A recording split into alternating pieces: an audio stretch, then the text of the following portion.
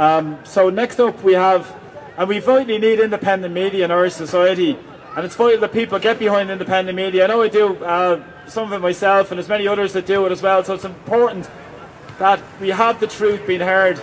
There are great people out there speaking the truth, and one of them is a group called Compass Media, and it's a great activist for many years, involved in many housing campaigns and a huge anti-war activist.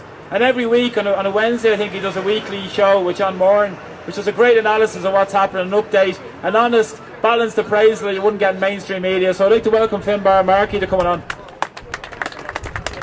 Thanks, folks. I didn't think I'd be speaking here today, so I've nothing prepared. But I'd like to bring everything right down to balance and to the ground again. Our media, our politicians are treating this war like it's a football league. That's what they're doing. And when we are talking about hundreds of thousands of dead people, we're not talking about people dying of old age in a nursing home surrounded by their families. I read an article recently written by a young man that was in the trenches. And he had a friend that he developed over the last 6 months in the trenches. He slept in the foxholes with him to stay warm. And one day they were talking and messing in the trench, and he turned away for a minute and there was an explosion. And when he turned around again, his friend was standing on 2 stumps that used to be his legs. His jaw was hanging off and his scalp was ripped off, and the poor boy was trying to say something. What was he saying? Was he calling for his mother? Was he asking, is he okay?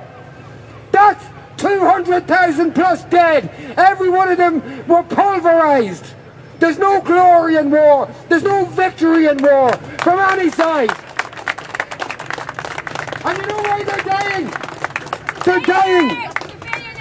They're dying so that the United States can have global energy dominance.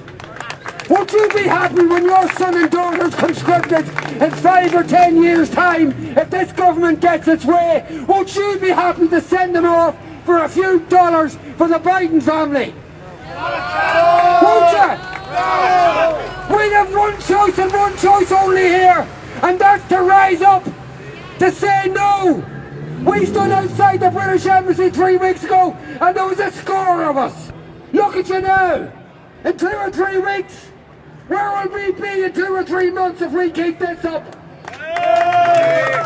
Don't send your children and your grandchildren away to American gas and oil. Don't start hating whole nations for American gas and oil. Come back here when you're called, bring more with you, and let's stop this war! Brilliant words, Finbar. Thanks very much. But again,